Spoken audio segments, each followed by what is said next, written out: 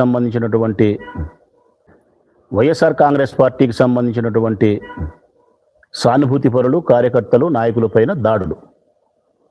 టకటకటక ఒక 20 మందినో 30 మందినో 10 మందినో 15 మందినో చంపేసినారు. ఈ కార్యక్రమం అయిపోతాను నెక్స్ట్ వాళ్ళు చేసినది ఏంటంటే కనుక మాజీ ఎమ్మెల్యేలను, మాజీ మంత్రులను, వైఎస్ఆర్ కాంగ్రెస్ పార్టీకి సంబంధించిన నాయకులందరిపైన తప్పుడు కేసులు పెట్టడము, జైల్లోకి పంపడము, వాళ్ళ ఇళ్లపైన దాడులు చేయడము, గృహదానాలు చేయడము, నెల్లూరులో కావచ్చు, అంబటి రాంబాబు కావచ్చు, ఈ కార్యక్రమం రెండోది చేసినారు. ఇది జరుగుతానే నెక్స్ట్ చేసిన వాళ్ళ పాలన ఏంటంటే కనుక యూట్యూబ్ ఛానల్స్ను, సోషల్ మీడియా యాక్టివ్గా ఉండేవారిపైన, అంటే ప్రశ్నించే వారిపైన, పత్రికా సంపాదకులు, జర్నలిస్టుల పైన కేసులు పెట్టి బెదిరించుకునే కార్యక్రమం చేసినారు. దీని తర్వాత వాళ్ళు చేసినది నెక్స్ట్ చేసినది ఏంటంటే వాళ్ళ పాలన కొనసాగించినది ఏంటంటే నిందారోపణలు జగన్మోహన్ రెడ్డి గారి పైన. అంటే ఉదాహరణకు ఎట్లాంటిదంటే తిరుపతి లడ్డు, గొడ్డలి, విజయవాడ బోటు, ఈ చేసిన పాలన. దీని తర్వాత వాళ్ళు చేసినది ఏంటంటే కనుక దీని తర్వాత క్రెడిట్ చోరీ. క్రెడిట్ చోరీ అయిపోయిన తర్వాత ఇప్పుడు ఎక్కడికి వచ్చినారు, ప్రస్తుతం యాడికి వచ్చింది ఈ పాలన అంటే కనుక పరిశ్రమల పైన కూడా రెడ్ బుక్ రాజ్యాంగం నడిచే కాడికి వచ్చింది. ప్రజెంట్ ఇప్పుడు ఎక్కడికి వచ్చినారు వాళ్ళంటే వాళ్ళ పాలన 2 ఏళ్లలో పారిశ్రామికవేత్తలను కూడా బెదిరించడము, బాధించడము, పరిశ్రమలను మూతేయించే పని చేసే కాడికి రెడ్ బుక్ పాలన జరుగుతుంది. ఈ రెడ్ బుక్ పాలన ఆధారంగా ఈ రాష్ట్రంలో ఉండే పారిశ్రామికవేత్తలను ఎంత బెదిరిస్తున్నారు, ఎంత వేధిస్తున్నారు, వారి మాట వినకపోతే ఎంత కక్ష బట్టి సాధిస్తున్నారు. అంటే వారి మాట వినడం అంటే ఏంటంటే కనుక ఒక పరిశ్రమ ఇక్కడికి ఆంధ్రప్రదేశ్లో రావాలంటే కనుక మొట్టమొదటి అర్హత ప్రజలారా, ఏ పారిశ్రామికవేత్త అయినా ఎవరైనా ఇక్కడ పరిశ్రమను పెట్టాలంటే ప్రాథమికమైన అర్హత ఏంటంటే కనుక ఆ పరిశ్రమను పెట్టే వ్యక్తి యొక్క పేరు రెడ్ బుక్లో ఉందో లేదో చూసుకోవాలి. రెడ్ బుక్లో లేకపోతే కనుక ప్రాథమికమైనటువంటి ఎగ్జామ్ అతను పాస్ అయినట్టే, అర్హత సాధించినట్టే. ఆ తర్వాత రెండో ఫైనల్ ఎగ్జామ్ ఏంటంటే కనుక ఆ పరిశ్రమకు సంబంధించిన పారిశ్రామికవేత్తలు ఎవరైనా సరే పరిశ్రమను స్థాపించాలంటే స్థానికంగా ఉండబడిన ఆ ప్రాంతంలో ఉండబడిన కూటమి యొక్క పాలకులకు, ఎమ్మెల్యేలకు, మంత్రులకు, నారా లోకేష్ గారికి, చంద్రబాబు నాయుడు గారికి వారి వారి స్థాయిని బట్టి కప్పం కట్టాల, కమిషన్ ఇవ్వాల, కాంట్రాక్టు వర్కులు ఇవ్వాల. కప్పం కట్టి కమిషన్లు ఇచ్చేదానికి సిద్ధపడి, కాంట్రాక్టులు ఇచ్చేదానికి సిద్ధపడితే కనుక ఇక్కడ పరిశ్రమ ప్రారంభమవుతుంది. ఇది ఈ రాష్ట్రంలో పరిశ్రమ స్థాపించడానికి కావలసినటువంటి అర్హత. ఒకవేళ వాళ్ళ మాట వినలేదనుకో, ఎవరైనా లేదనుకో, కప్పం కట్టకపోయినా, కమిషన్ లేకపోయినా, కాంట్రాక్ట్ వర్కులు లేకపోయినా, లేకుంటే రెడ్ బుక్లో వారి పేరు ఉన్నే వైఎస్ఆర్ కాంగ్రెస్ పార్టీ సానుభూతి పరుడైనా వాడు పరిశ్రమ పెట్టలేడు. పెట్టినా పరిశ్రమ పనికి రాకుండా పోతుంది, మూత వేయిస్తారు. ఇట్లా నేను పరిశ్రమలు స్థాపించిన వ్యక్తిని కాదు, పారిశ్రామికవేత్తను కాదు, ఒక పొలిటీషియన్, ప్రజా జీవితంలో ఉండే మనిషిని. కానీ పత్రికల్లో వస్తుండే వార్తల ఆధారంగా, సోషల్ మీడియాలో వస్తుండే వాస్తవ సత్యాలకు దగ్గరగా నేను ప్రతి నిమిషము గమనించే వ్యక్తిగా నా నాలెడ్జ్కే ఒక 20 చెప్పగలుగుతా, 20-30 చెప్పగలుగుతా. పెద్ద పెద్ద కంపెనీలు వీళ్ళు ఏం చేస్తున్నారు అనేది. ఇక నా నాలెడ్జ్కి నాకు తెలిసినట్టు 20-30 సంఘటనలు చెప్పగలిగితే వీళ్ళ దుర్మార్గాలు ఇక వెలుగులేకి రాని ఎన్నో సంఘటనలు పారిశ్రామికవేత్తలను హింసించే కార్యక్రమాలు జరుగుతుంటాయి. ప్రస్తుతానికైతే కడప జిల్లాలోని భారతీ సిమెంట్ ఫ్యాక్టరీ ప్రజెంట్ జరుగుతూ ఉండే వేధింపు, ప్రజెంట్ జరుగుతూ ఉండే దౌర్జన్యం ఏంది? భారతీ సిమెంట్ ఫ్యాక్టరీ సంబంధించి ఇది కడప జిల్లా కమలాపురం తాలూకాలో ఉండే భారతీ సిమెంట్ ఫ్యాక్టరీ జగన్మోహన్ రెడ్డి గారికి భాగస్వామ్యం ఉండే కంపెనీ సిమెంట్ ఫ్యాక్టరీ. ఇప్పుడు ఈ ఫ్యాక్టరీని మూత వేయించాలని చెప్పి చంద్రబాబు నాయుడు గారు, నారా లోకేష్ గారు ఆలోచన విధానం, ఆ ఆలోచన విధానాన్ని అమలు పరుస్తున్నారు. ఆ అమలు పరిచే ప్రక్రియలో భాగంగా 3 రోజులైంది ప్రజలారా, 3 రోజులైంది. భారతీ సిమెంట్ ఫ్యాక్టరీకి సంబంధించి క్రషర్కి పోయే సున్నపురాయి అంటే ముడి సరుకు, సిమెంట్ ఫ్యాక్టరీలో సిమెంట్ను ఉత్పత్తి చేసేదానికి అత్యంత అవసరమైనది 90% అవసరమైనది సున్నపురాయే. ఒక 10% మాత్రమే మిగతా అన్ని బూడిద కావచ్చు, ఐరన్ ఓర్ కావచ్చు, జింకు కావచ్చు, ఇటువంటివన్నీ కూడా 90% సున్నపురాయి. ఈ సున్నపురాయి మైనింగ్ నుండి క్రషర్కి పోతుంది. ఆ మైనింగ్ నుండి క్రషర్కి పోయే సున్నపురాయిని 2-3 రోజులు అయింది పోనీకుండా ఆపుతున్నారు. తెలుగుదేశం పార్టీకి సంబంధించినటువంటి రౌడీలు కావచ్చు, తెలుగుదేశం పార్టీకి సంబంధించినటువంటి ఎమ్మెల్యేల యొక్క అనుచరులు కావచ్చు, చంద్రబాబు నాయుడు నారా లోకేష్ యొక్క ఆదేశాల మేరకు ఆపుతున్నారు. ఇప్పుడు 3 రోజులు ఆపుతున్నారు, ఇంకొక 2 రోజులు ఆపినారు అనుకో, ఇట్నే ఏమవుతుంది ప్రజలారా? ఉత్పత్తి ఆగిపోతుంది. భారతీయ సిమెంట్ ఫ్యాక్టరీలో భారతీయ సిమెంట్ యొక్క ఉత్పత్తి ఆగిపోతుంది. భారతీయ సిమెంట్ ఫ్యాక్టరీలో ఈ తెలుగుదేశం పార్టీ నాయకులు ఎవరైతే ఇక్కడ ఆపుతున్నారో, ఆపమని చంద్రబాబు నాయుడు లోకేష్ ఎవరైతే చెప్పి ఆపిస్తున్నారో, తద్వారా జరిగేదేమిటి? జగన్మోహన్ రెడ్డి గారికి ఒక 50%, 60, 40 ఏ శాతం భాగం ఉంటే ఆ శాతం నష్టం జరుగుతుంది. జగన్మోహన్ రెడ్డి గారితో పాటు భాగం ఉండే ఇంకొక పెద్ద సంస్థ, అంతర్జాతీయ పారిశ్రామిక సంస్థ అయినటువంటి వికాట్ కంపెనీ, వాళ్ళకు నష్టం జరుగుతుంది. వీళ్ళకి నష్టం కలుగుతుంది. వీళ్ళకి నష్టం కలిగితే చంద్రబాబు నాయుడుకు లోకేష్ గారికి మానసికమైనటువంటి రాక్షస ఆనందం కలుగుతుంది. జగన్మోహన్ రెడ్డి గారికి ఎంత నష్టం కలుగుతుందో, చంద్రబాబు నాయుడు గారికి లోకేష్ గారికి ఎంత ఆనందం కలుగుతుందో, ఆ రెండిటిని మించిన నష్టం జరిగేది కార్మికులకు. ఈ సత్యం తెలుసుకోవాలా ప్రభుత్వం.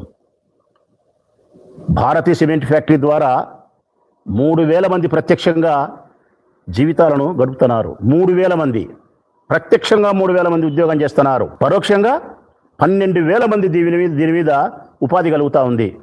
అంటే ఒక్క భారతీయ సిమెంట్ ఫ్యాక్టరీ ద్వారా ప్రత్యక్షంగాను పరోక్షంగాను 15,000 మంది జీవనోపాధి కలుగుతూ ఉంది. కార్మికులకు, పేదవారికి, మధ్యతరగతి వారికి. మీరు ఉత్పత్తిని ఆపితే నారా చంద్రబాబు నాయుడు గారు, లోకేష్ గారు, ఈ ప్రభుత్వము కక్షగట్టి మైనింగ్ నుంచి క్రషర్కు పోవాల్సిన ముడిసరుకు సున్నపురాయిని ఆపడం వలన అక్కడ ఉత్పత్తి ఆగిపోతే నష్టం జరిగేది జగన్మోహన్ రెడ్డి గారికో వికాట్ కంపెనీకో అనే దానికంటే కార్మికులకు నష్టం జరుగుతుంది. ప్రత్యక్షంగా పరోక్షంగా 15,000 మంది రోడ్డును పడతారు.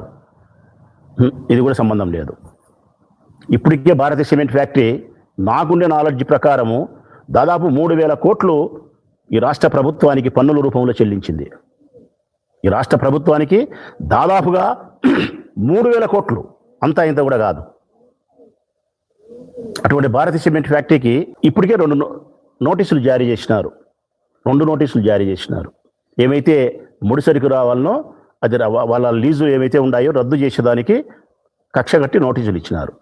ఒక పక్క కక్షగట్టి మీరు ప్రభుత్వం నోటీసులు ఇచ్చిన తర్వాత వాళ్ళు కోర్టు ద్వారా వ్యవహారం జరుగుతూ ఉన్న సందర్భంలో దాన్ని పక్కన పెట్టి క్షేత్రస్థాయిలో తెలుగుదేశం పార్టీకి సంబంధించిన నాయకుల ద్వారా, రౌడీల ద్వారా చంద్రబాబు నాయుడు గారు, లోకేష్ గారు ముడిసరుకును ఆపే ప్రయత్నం చేస్తే వీళ్ళు పరిశ్రమలను ఆహ్వానించే వాళ్ళ, పరిశ్రమలను వీళ్ళు తిలోదకాలు ఇచ్చేవాళ్ళ? వీళ్ళు చెప్తూ ఉంటారు, ఎప్పుడు కూడా పెద్ద పెద్ద మాటలు చెప్తూ ఉంటారు. మేము పారిశ్రామికవేత్తలకు రెడ్ కార్పెట్ వేసినామని చెప్తుంటారు నారా లోకేష్ గారు, చంద్రబాబు నాయుడు గారు. వాస్తవానికి వీరు పారిశ్రామికవేత్తలకు వేసింది రెడ్ కార్పెట్ కాదు ప్రజలారా, కానే కాదు. తెలుగుదేశం పార్టీ నాయకులకు కప్పమనే కార్పెట్ వేసినారు. ఆ కప్పమనే కార్పెట్ మీద పారిశ్రామికవేత్త నడవాల. నడిస్తే ఓకే. వీళ్ళు రెడ్ కార్పెట్ వేసింది పారిశ్రామికవేత్తలకు కాదు. తెలుగుదేశం పార్టీకి సంబంధించిన నాయకులకు, ఎమ్మెల్యేలకు, మంత్రులకు, వారి అనునీయులకు కప్పం కట్టాలి కాబట్టి కప్పమనే కార్పెట్ వేసినారు. దాని మీద పారిశ్రామికవేత్తలు నడుచుకుంటూ రావాలా. కప్పం కడితే, కమిషన్ కడితే, కాంట్రాక్ట్లు ఇస్తే, లేకపోతే పరిశ్రమలు ఉండవు. ఇక మళ్ళీ వీళ్ళు చెప్పేది ఏం తెలుసునా, మేము ఈ 2 సంవత్సరాల కాలంలో 1,00,000 కోట్లు మేము పెట్టుబడి తెచ్చినామని. పార్లమెంటులో ఒక మా ఎంపీ అడిగిన సమాధానానికి కేంద్ర మంత్రి గారు ఇచ్చిన సమాధానమే ఉంది. 6,650 కోట్ల పెట్టుబడులు వచ్చినాయి, పనులు ప్రారంభమైనాయి, 23 లక్షల ఉద్యోగాలని చెప్తారు వీళ్ళు ప్రచారానికి. 23,000 ఉద్యోగాలు ఆ పరిశ్రమలు పూర్తి అయితే కానీ రావు. 6,000 కోట్ల రూపాయలు పెట్టుబడి, మేము 1,00,000 కోట్లు పెట్టుబడి చెప్పడం, 20 లక్షల కోట్లు పెట్టుబడి చెప్పడం, 20 లక్షల ఉద్యోగాలు ఇచ్చినామని చెప్పడం ఏంది? నిజంగా మీరు పరిశ్రమలను ఆహ్వానించే వాళ్ళు కాదు. నిజంగా మీరు ఉద్యోగ ఉపాధి కల్పించే వాళ్ళు కాదు. ఉద్యోగాలను కానీ, ఉపాధిని కానీ, జీవనోపాధి కానీ కల్పించే వాళ్ళు, పరిశ్రమలు స్వాగతించే వాళ్ళు అయితే పరిశ్రమలపైన, పరిశ్రమలు స్థాపించే పారిశ్రామికవేత్తలపైన రెడ్ బుక్ రాజ్యాంగం అమలు కాదు. రెడ్ బుక్ రాజ్యాంగం ఎప్పుడైతే ఇక్కడ విషాన్ని చిమ్ముతా ఉందో, బుసలు కొడతా ఉందో పారిశ్రామికవేత్తల పైన, ఇంకేం పరిశ్రమలు ఉంటాయి? ఇక్కడ పరిశ్రమలు ఉండవు. ఉదాహరణకు ఏం చేసినారు ఈ 2 సంవత్సరాల కాలంలో పరిశ్రమలు ఎట్లాంటి చేసినారని చెప్పాల్సి వస్తే కూడా నేను చెప్పగలుగుతా కొంతవరకు. మనం జమ్మలమడుగులో ఆదాని పంపు స్టోరేజ్ మీద ఆదినారాయణ రెడ్డి గారు దాడి చేయలేదా? ఆదాని పంపు స్టోరేజీ క్యాంపు కార్యాలయం పైన ఆదినారాయణ రెడ్డి గారు దాడి చేసినారా చేయలేదా? వీళ్ళు పరిశ్రమలను ఆహ్వానించే వాళ్ళ? చంద్రబాబు నాయుడు లోకేష్ గారు దాల్మియా కంపెనీ మీద కక్షగట్టి వారి ఆస్తులను సీజ్ చేసినారు. ఈ ఏప్రిల్ 17వ తారీఖున ఈ సంవత్సరము 793 కోట్ల రూపాయల వాళ్ళ ఆస్తులను జప్తు చేసినారు దాల్మియా కంపెనీని. ఇదేనా పరిశ్రమలకు మీరు స్వాగతించే విధానం? అందరికీ తెలిసినదే అల్ట్రాటెక్ సిమెంట్ ఫ్యాక్టరీ, మనందరికీ తెలుసు. అల్ట్రాటెక్ సిమెంట్ ఫ్యాక్టరీ కాంట్రాక్టుల కోసం, దాంట్లో వచ్చే కాంట్రాక్టుల కోసం బీసీ జనార్దన్ రెడ్డి మంత్రి గారు, జేసీ ప్రభాకర్ రెడ్డి ఇద్దరు కొట్లాడుకుంటున్నారు, దారుణంగా కొట్లాడుకుంటున్నారు కాంట్రాక్టుల కోసం. నెల్లూరు జిల్లా పోదాం, ఒక జిల్లా కాదు, కడప జిల్లా అయినా సరే, పల్నాడు అయినా సరే, నెల్లూరు అయినా సరే, ఏదైనా సరే జిల్లాకు ఈ కార్యక్రమం చేస్తున్నారు కూటమిలో ఉండే ఎమ్మెల్యేలు, మంత్రులు, నాయకులు. నెల్లూరులో పోదాం, చంద్రమోహన్ రెడ్డి ఎమ్మెల్యే ఆయన చేయలేదా? కృష్ణపట్నం పోర్టుకు సంబంధించి సెక్యూరిటీ డీజీఎం సిబ్బంది పైన దాడి చేసి కప్పం కట్టమని కోరలేదా చంద్రమోహన్ రెడ్డి? పల్నాడు జిల్లా ఎరపతినేని శ్రీనివాసరావు ఎమ్మెల్యే, ఎరపతినేని శ్రీనివాసరావు భవ్య చెట్టినాడనే సిమెంట్ సంస్థల పైన ప్రతి బస్తాకు నాకు లెక్క కట్టాలా, కట్టకపోతే కదా మీ ఫ్యాక్టరీలు మూతేపిస్తా అని చెప్పి గొడవబడి 50 రోజులు షట్ డౌన్ చేసినారు. ఎన్ని రోజులు? 50 రోజులు పరిశ్రమను మూతేపించినారు. తెలుగుదేశం పార్టీకి సంబంధించినటువంటి ఒక ఎమ్మెల్యే ఒక పరిశ్రమను భవ్య చెట్టినాడనే సిమెంట్ సంస్థలకు మూటకింత లెక్క కట్టలేదని చెప్పి మూత వేయిస్తే వీళ్ళు పరిశ్రమలను స్వాగతించేవాళ్ళ పరిశ్రమలను వీళ్ళు. అరబిందో ఫార్మా అందరికీ నోటెడ్, వాళ్ళను కూడా రాజకీయ వేధింపులకు గురి చేసినారు. కేవీ రావు అని తెలుగుదేశం పార్టీ సానుభూతిపరుడు, అతనితో కంప్లైంట్ ఇప్పించి, అతనితో ఒక తప్పుడు కంప్లైంట్ ఇచ్చి కాకినాడ పోర్టును బెదిరించి నాతో లాగేసుకుంటారని చెప్పి ఒక తప్పుడు కంప్లైంట్ ఇప్పించి అరబిందో ఫార్మా సంస్థను కూడా రాజకీయ వేధింపులకు గురి చేస్తున్నారు. రామాయపట్నం రోజు మనం వింటానంటాం.